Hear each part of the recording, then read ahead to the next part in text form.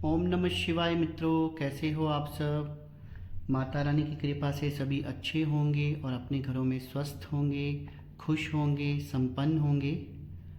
दोस्तों, आज मैं आपको बताऊंगा कि अगर किसी व्यक्ति पे मारण प्रयोग किया जाता है तो उस मारण प्रयोग के क्या संकेत होते हैं। हमें कैसे पता चलेगा कि उस व्यक्ति पे या मेरे पे मारण प्रयोग किया गया है, तो उसके बारे में आज हम चर्चा करेंगे। इससे पहले कि इस विषय पे हम आएँ, सबसे पहले मैं आपको बताना चाहूँगा कि मारण प्रक्रियाएं की क्यों जाती हैं। मारण प्रक्रियाएं जो हैं वो जलनवश की जाती हैं या द्वेषवश की जाती हैं। इस संसार में कोई भी व्यक्ति नहीं चाहता कि ये दूसरा व्यक्ति जो है मेरे से आगे बढ़ जाए। ज़रूरी नहीं है कि वो कोई रिश्तेदार ही हो, कई बार हमारे ऑफिस में भी कोई हो सकता है, जहाँ हमारे आस पड़ोस का भी हो सकता है, जो अनायास ही उस व्यक्ति का कोई रिश्ता भी नहीं होता उससे, लेकिन वो अनायास ही उसकी तरक्की से जलता रहता है। तो ये कारण भी होते हैं जिसके कारण लोग कई बार जलते हैं, मन में द्वेष रखते हैं। और थोड़ा भी कहा सुनी हो गई तो आजकल तो कई तांत्रिक जो हैं पैसे लेकर कार्य करने को बैठे हैं, वो उस व्यक्ति के ऊपर दूसरे व्यक्ति से पैसा लेके मारण कार्य जो है वो, या मारण कर्म जिसे हम कहते हैं, वो कर देते हैं। तो मान लीजिए कि आपके घर में किसी ने मारण कर्म कर दिया या आपके ऊपर किसी ने मारण कर दिया। अब मारण वही व्यक्ति कर सकता है जिसके पास शमशानी शक्तियाँ हों। शमशानी शक्तियाँ होती हैं जैसे मसान हो गया, चुड़ैल हो गई, कच्चा कलुआ हो गया, या फिर कोई बहुत पहुंचा हुआ माँ भद्रकाली का उपासक हो या महामाई का उपासक हो, तो वो भी मारण कर्म जो है वो कर सकता है। बाकी देवी देवता भी मारण कर्म करते हैं, पर वो इतना तीव्र नहीं होता है। जो शमशानी शक्तियों से मारण किया जाता है वो बहुत ज़्यादा तीव्र होता है। तो होता क्या है कि उसके कुछ घर में हमें कोई सामग्री दिखती है। जैसे मान लीजिए कि आपको कहीं पे धूल गिरी हुई दिखेगी, या फिर मांस के टुकड़े, हड्डियाँ दिख सकती हैं, अंडे दिख सकते हैं, या फिर नींबू दिख सकते हैं। नींबुओं के ऊपर ऐसे लाल रंग के सिंदूर के टीके लगाए हुए होते हैं, या कोई यंत्र दिख सकता है, काले रंग के धागे दिख सकते हैं, पशु पक्षियों के अंग दिख सकते हैं। तो ऐसा अगर आपके घर में गिरा हुआ कोई सामग्री आपको दिखती है, कोई सामान दिखता है, तो आप समझ जाइए कि ये मारण क्रिया की गई है। और उसके ऊपर पैर नहीं रखना है, उसे टच नहीं करना है। एक बात और भी अपने चैनल के माध्यम से आपको बता देना चाहता हूँ कि मैं कोई भ्रम नहीं फैलाना चाहता, मैं आपको सच्चाई से अवगत कराना चाहता हूँ। और हमारा चैनल वैसे भी साइंस पर बेस्ड है। ये एक तरह की तंत्र विद्या, एक साइंस है, और साइंटिफिक जो बेस होता है उसके ऊपर ही चीज़ें मैं आपको बताता हूँ। और मेरा कोई मोटिव जो है वो भ्रम फैलाना नहीं है कि मैं आपको अंधविश्वासों में डालूँ। लेकिन इस तरह की सामग्री, जैसे केवल खून के छींटे भी होते हैं, आपको दिखें तो इसमें कोई बात नहीं है, आपने क्यों टच करना उसको। आप साइंटिफिक वे से चलिए। उसमें कोई गंदी चीज़ों में कोई वायरस भी हो सकता है, कोई इन्फेक्शन लग सकती है आपको, तो उन्हें आपने टच नहीं करना है। अब आपके मन में ये प्रश्न बढ़ेगा, आ जाएगा कि अगर गुरुजी उसको टच नहीं करना तो उसे फिर हम लोगों ने अपने घर से बाहर कैसे निकालना है।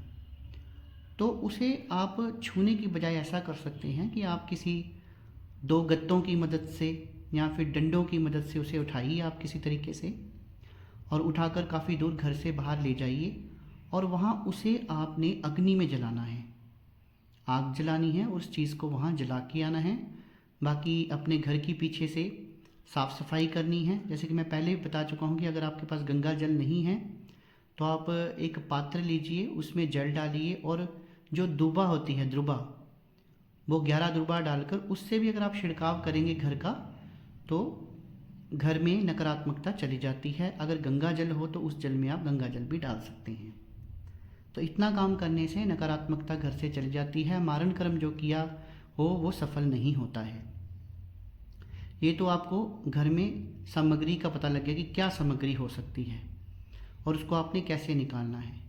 अब मैं आपको कुछ संकेत बताऊंगा कि वो क्या संकेत होते हैं, कि वो एक तो मारण कर्म कैसे किया जाता है और वो क्या संकेत होते हैं जिससे व्यक्ति में पता चले कि इस व्यक्ति के ऊपर मारण कर्म किया गया है। इससे पहले कि ये कुछ संकेत हैं बहुत महत्वपूर्ण वो मैं आपको बताऊं, मेरा आप सबसे आग्रह है कि आप मेरी इस वीडियो को एक लाइक कर दीजिए और सब्सक्राइब बटन को दबाकर मेरे चैनल को सब्सक्राइब कर दीजिए ताकि आप भी हमारे इस यूट्यूब चैनल सच्चे भगत के एक मेंबर बन सकें और वीडियोस जो मैं आपको आगे बनाऊंगा उसका नोटिफिकेशन भी पहुंचता रहे, इसके लिए आप बेल आइकन को भी प्रेस कर दें। तो चलिए दोस्तों शुरू करते हैं। मारण कर्म में कई बार आपने ये भी देखा होगा कि घात लगाई जाती है या मुठ करनी की जाती है, और आजकल इतना ज़्यादा तो नहीं दिखने में मिलती, पर कई बार हम क्या देखते हैं कि हांडी जो है वो हवा में उड़ती हुई कई बार दिखाई देती है और उसके ऊपर एक ढक्कन लगाया गया होता है और उसके ऊपर अग्नि जल रही होती है, तो उसे घात लगाना या मुठ करनी कहते हैं। और कहते हैं कि ये जिसके ऊपर गिर जाए उसका सर्वनाश हो जाता है, उसकी उसी समय मृत्यु हो जाती है। और कई बार जो घात है या मुठ करनी है वो इस तरीके से भी की जाती है कि बलियां दी जाती हैं शमशान में जाकर, और शमशान में जाकर ये कार्य किया जाता है शमशानी शक्तियों से, और एक समय को निश्चित किया गया होता है कि इस व्यक्ति की इतने महीने बाद डेथ हो जाएगी या इतने दिनों बाद डेथ हो जाएगी और उसको ये रोग लगेगा। जैसे कि सोकड़ा पड़ जाता है, कई बार व्यक्ति का शरीर जो है वो सूखता जाता है, तो उसमें जो है शमशान मसानी जो होती है, शमशान काली का प्रयोग किया जाता है। तो संकेत क्या होते हैं, अब संकेतों की बात कर लेते हैं। सबसे पहले संकेत होता है कि इसको बहुत सारी बीमारियां घेर लेती हैं और जो भी बीमारी उसको लगती है उसमें डॉक्टर की दवाई जो है वो काम नहीं करती है, टेस्टों में कुछ नहीं आता है और ना ही कोई दवाई काम करती है। इस तरह के व्यक्तियों में देखा गया है कि उल्टियाँ और दस्त लगना जो है वो भी लाजमी है। अब ऐसे नहीं कि आपने कुछ उल्टा सीधा खा लिया तो 2-4 दिन दस्त रहे तो वो जो है तांत्रिक क्रिया है या मारण क्रिया है। इस तरह के व्यक्ति में दस्त जो हैं बहुत लंबे चलते हैं, 6-6 महीने दस्त लगे रहते हैं और वो पहले से बिल्कुल सूख जाता है, तो ये भी शमशानी क्रिया ही मानी जाती है और मारण क्रिया ही होती है।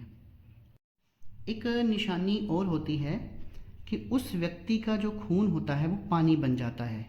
कहते हैं कि उसका लीवर जो है वो प्रॉपरली वर्क नहीं करता है और खून जो है वो पानी बनना शुरू हो जाता है, या तो शरीर जो है वो काफ़ी सूख जाता है या फिर पहले से बहुत ज़्यादा फूल जाता है और व्यक्ति जो है वो पहले से काफ़ी कमज़ोर भी हो जाता है। तो ये सब बहुत बड़ी निशानियां हैं कि व्यक्ति के ऊपर तांत्रिक क्रिया जो है वो की गई है। एक निशानी और होती है, इस तरह के व्यक्ति का बुखार जो है वो लंबे समय से नहीं उतरता है। डॉक्टर जो हैं वो अपने सारे टेस्ट करके देख लेते हैं, उसको ना ही तो टीबी आता है, ना ही कैंसर आता है, किसी भी तरह की बीमारी नहीं आती, लेकिन उसको जैसे जैसे रात्रि काल बढ़ता जाता है वैसे वैसे उसका बुखार भी जो है वो तेज़ होता जाता है और किसी भी प्रकार की दवाई जो है वो उसके ऊपर असर नहीं करती है। ये भी एक निशानी दिखी गई है और अंत में उसका इतना बुरा हाल हो जाता है कि उसको अटैक आ जाता है, उसको हार्ट अटैक हो जाता है और उसकी मृत्यु हो जाती है। तो ये सारी निशानियाँ हैं। इसके साथ में जहाँ तो वो हार्ट अटैक से, कार्डिक अरेस्ट से उसकी मृत्यु हो जाएगी, या फिर क्या होता है कि अंत समय में उसका दिमाग जो है वो काम करना बंद कर देता है, वो उसकी सूझबूझ खत्म हो जाती है और वो पागलपन सा दिखाता है, और फिर हम लोग उनको साइकेट्रिस्ट के पास लेके जाते हैं और जो साइकेट्रिस्ट होते हैं उसको और नशे की गोलियों पर लगा देते हैं और अंत में उसके पास कोई रास्ता नहीं रह जाता और व्यक्ति जो है वो आत्महत्या कर लेता है। तो ये सारे जो मैंने संकेत आपको बताए हैं वो मारण क्रिया के हैं। अगर आपको लगता है कि ऐसे संकेत हमारे में हैं या हमारे किसी परिवार के सदस्य में हैं, तो फिर आपको किसी जो अच्छा क्वालिफाइड तांत्रिक है क्वालिफाइड का मतलब अनुभवी। जो तांत्रिक है या कोई भगत है, कोई ओझा है, उसके पास जाने की आपको ज़रूरत है। तो आशा करता हूँ दोस्तों, आज जो जानकारी मैंने आपको दी वो आपको अच्छी लगी होगी और आपको वो संकेत समझ आए होंगे जिनको देखकर हम ये पता लगा सकते हैं कि हमारे ऊपर मारण क्रिया की गई है। और मेरे द्वारा दी गई जानकारी अगर आपको अच्छी लगी है तो मेरी वीडियो को एक लाइक कर दीजिए, ज़्यादा से ज़्यादा शेयर कर दीजिए। आप लोगों ने अपना कीमती समय निकाल कर मेरी वीडियो को देखा, उसके लिए बहुत बहुत धन्यवाद। शुभ रात्रि मित्रों।